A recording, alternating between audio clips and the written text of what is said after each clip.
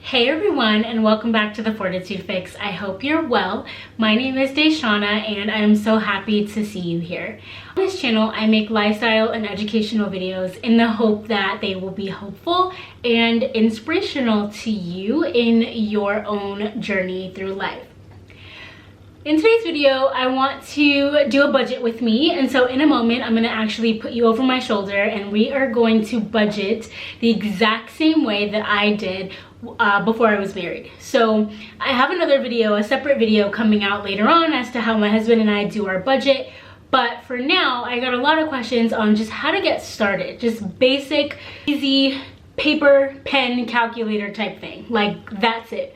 So I'm gonna be sharing with you my real numbers and how I budgeted as a single person with my own personal income and expenses. So I hope this is helpful, and I'll come back right after to check in.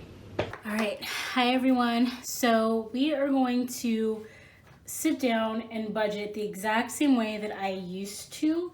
Here we go. So I would always write down that this is the monthly budget, okay? My income was $2,700 a month, okay? So then I want to go ahead and list out my bills and expenses. Now, some people say that these two things are the same. I do not. I believe that bills are the things that you have to pay every month that don't change, or that changes very little, maybe once or twice a year. And I believe that expenses are things that vary all the time. Here's what I'm going to do. I remember pretty vividly that my rent was $965. My car insurance was $140. My PG&E, or my gas and electric, was $42.41, I believe.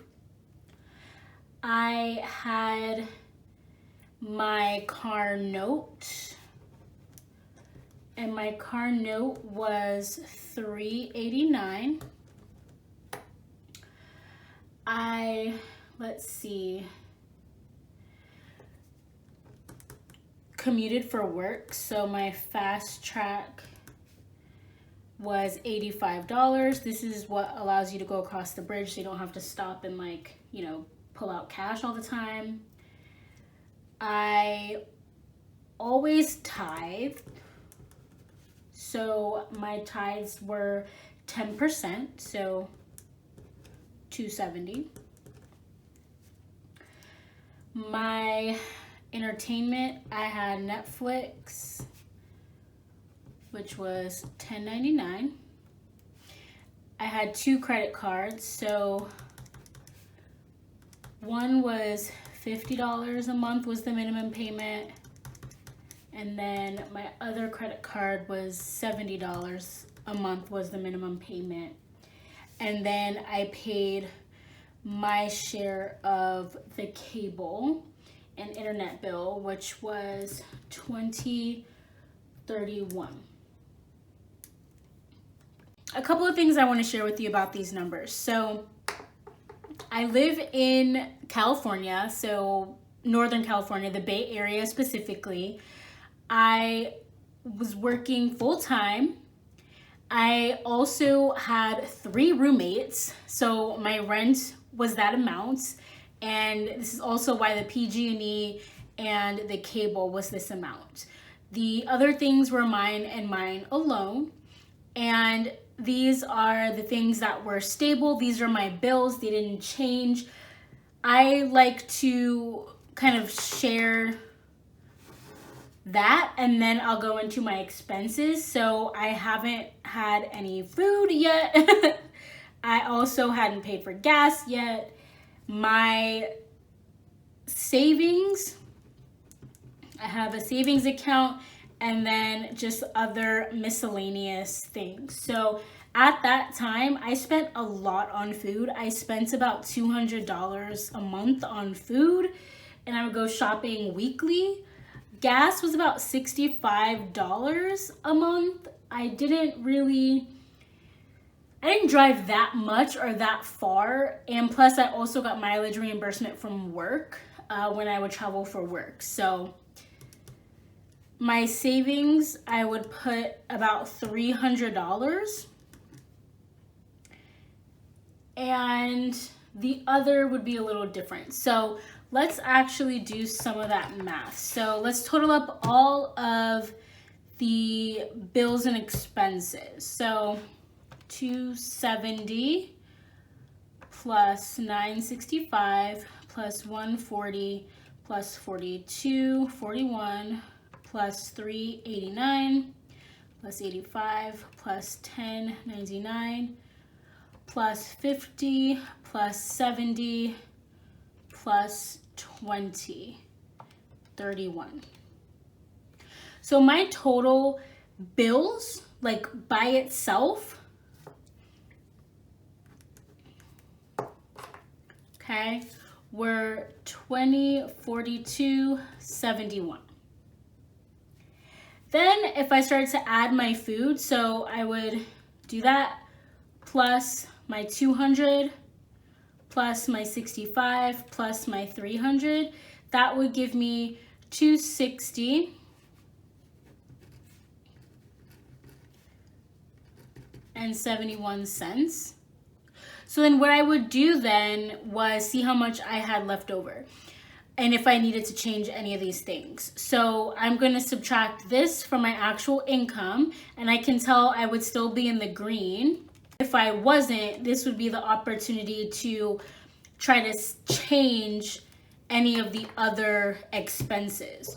So it looks like I have $92.29 left over, and this can be whatever I choose to do. I can put it towards savings. I could, use this as like going out money, clothing, because I honestly didn't buy clothes that much or shoes or anything like that. This would probably be, things on Amazon or things that I really wanted.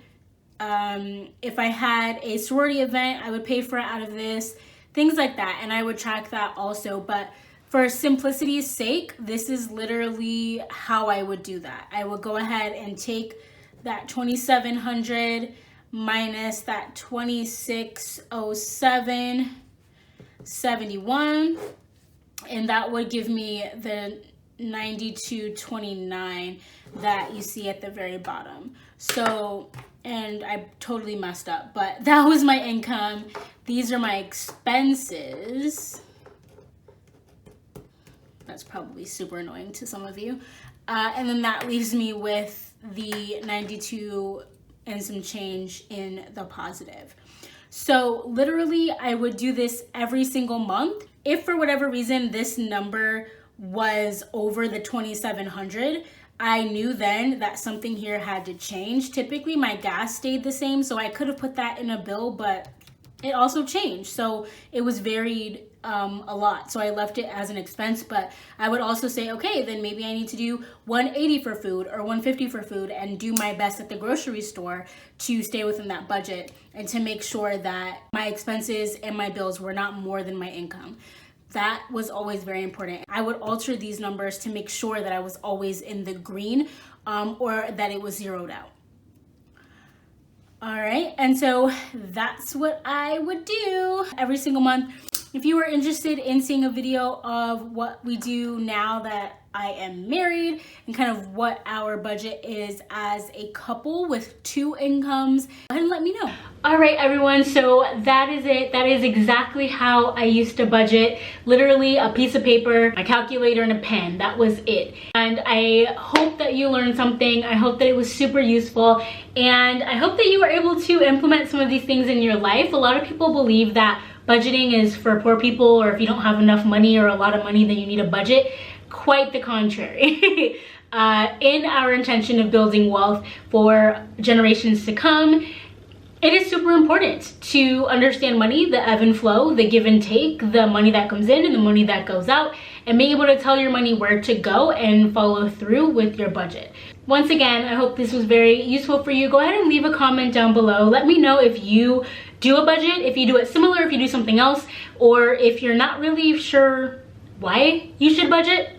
Go ahead and watch my other video on the things that you need to know, or if you're considering budgeting, go ahead and link that video right here.